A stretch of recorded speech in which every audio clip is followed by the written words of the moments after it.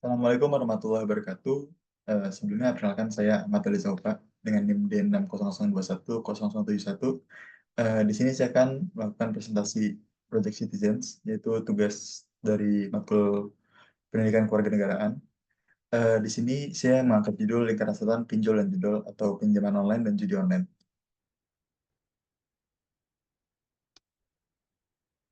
Untuk anggota situ ada saya sendiri. Eh, saya Ahmad Ali Zaufa dengan NIM tadi 71. Kemudian di sini saya ingin membahas terkait moral dan demoralisasi. Jadi, simpelnya moral itu merupakan kepekaan dalam perasaan ataupun pikiran dan juga tindakan. Bukan hanya tindakan-tindakan pada kepekaan prinsip maupun aturan-aturan, tetapi pada tindakan atau tindakan-tindakan lain, moralitas adalah salah satu kemauan tujuannya untuk menerima maupun melakukan peraturan pada nilai-nilai moral. Nilai-nilai moral itu sendiri mungkin untuk diberi penjabaran. Contohnya kayak panggilan untuk berbuat baik kepada orang lain, selalu mentaati tata tertib, juga keamanan, menjaga kebersihan dan menghargai dan memelihara hak orang lain. Kemudian contoh lainnya berbentuk larangan agar tidak melakukan hal-hal yang buruk seperti berzina, berjudi, membunuh, dan lain sebagainya. Demoralisasi, yaitu sebaliknya. Bukan sebaliknya, mungkin bisa dibilang kemerosotan atau menurunnya moral seseorang terlihat dari perilakunya yang bertentangan dengan nilai dan norma yang ada di dalam masyarakat. Kemudian untuk sumber yang saya ambil sini seperti yang terlampir di bawah ini.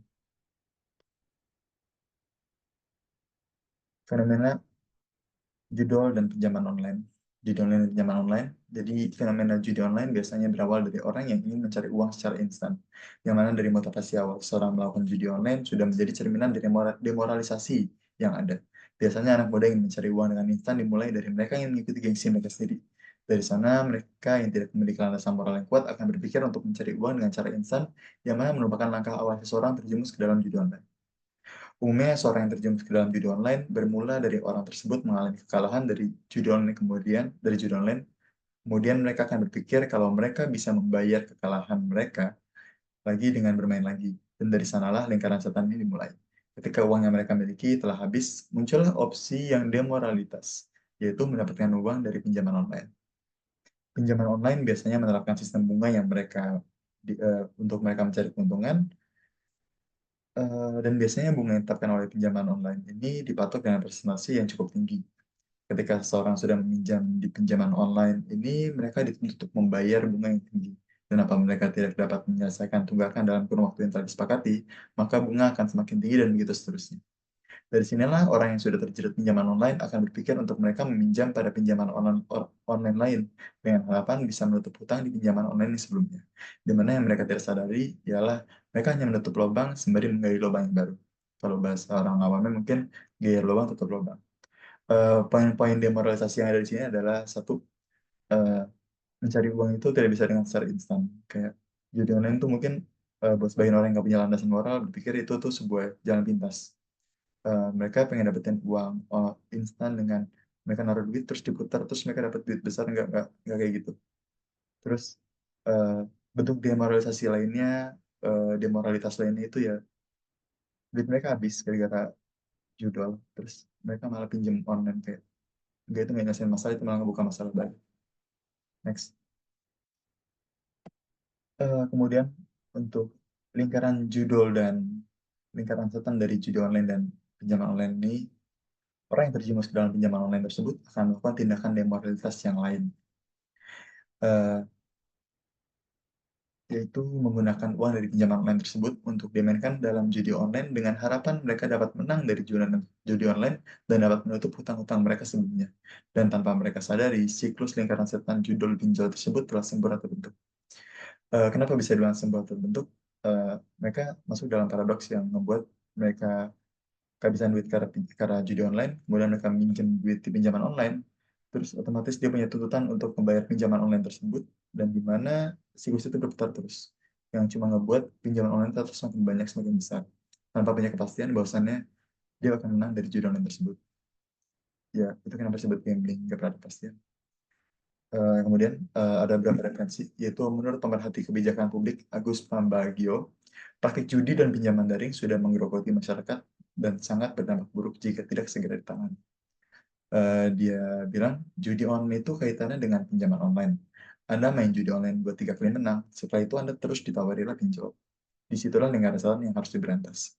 Menurut Agus, dalam program Sapa Indonesia Pagi di Kompas TV, seperti dikutip pada Rabu 19 Juni 2024. Menurut Agus, ketika seorang individu sudah kecanduan jadi judi online, meski kerap kalah, maka dia akan berupaya mencari sumber dana cepat.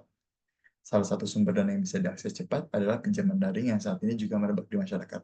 Pinjaman daring juga bisa disebut sebagai pinjaman online. Di sini udah kelihatan banget eh, alur-alur ya lingkaran setan dari judul dan pinjol. Mereka dikasih menang, terus akhirnya tawarin pinjol, pinjol karena kalah. Di situ ya udah akan terus muter kayak gitu. Mereka untuk dana cepat, sedangkan ya dana cepat itu bukan ngidupin, malah matiin. Sumbernya terlampir di bawah. Kemudian eh, contoh demoralisasi karena pinjol dan judol. Jadi di sini ada beberapa contoh yang saya angkat bentuk tindakan demoralisasi yang dilakukan karena terjerat pinjol atau menjudol. Di sini mungkin kita bisa sedikit jabarin. Biasanya dari judul itu melahirkan masalah pinjol. Masalah utamanya itu pinjol, tapi masalah awal-awalnya, permulaannya itu dimulai dari judul.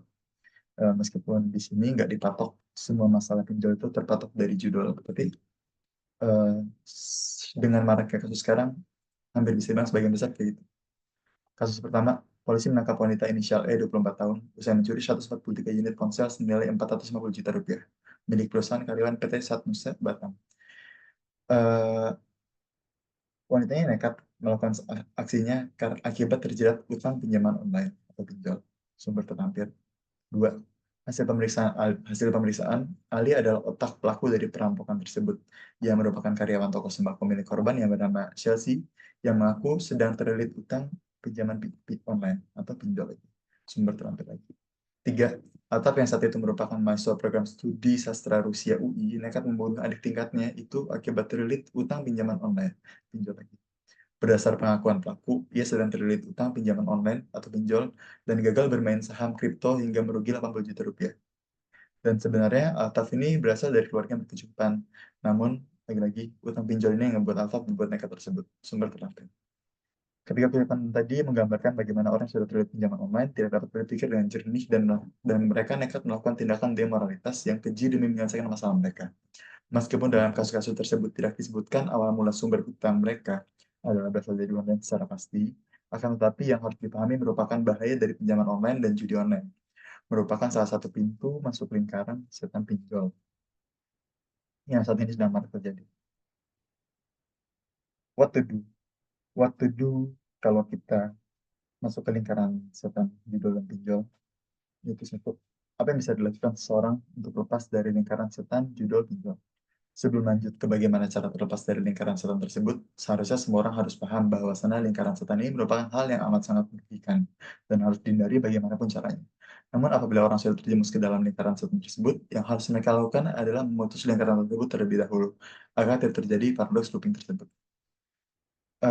Sumber permasalahan dari paradoks ataupun lingkaran setan ini adalah hutang-hutang mereka yang timbul dari pinjaman online yang mereka lakukan. Dan bentuk memutus lingkaran tersebut adalah dengan menyelesaikan hutang mereka dengan uang yang didapat bukan dari berhutang lagi. Memang hal ini terdengar mudah dilakukan, namun akan amat sulit jika untuk dilakukan, apalagi untuk orang yang sedang terjerat ya lingkaran setan tersebut. Di satu sisi mereka harus bisa menyelesaikan permasalahan hutang mereka, di satu sisi mereka tetap hidup. Mereka harus menggunakan duit untuk hidup. Mungkin keluarga mereka apabila dan mungkin keluarga mereka juga harus dihidupi ya apabila sudah berkeluarga dan itu terdengar amat sangat berat. Kesimpulannya, maka dari itu pendidikan moral,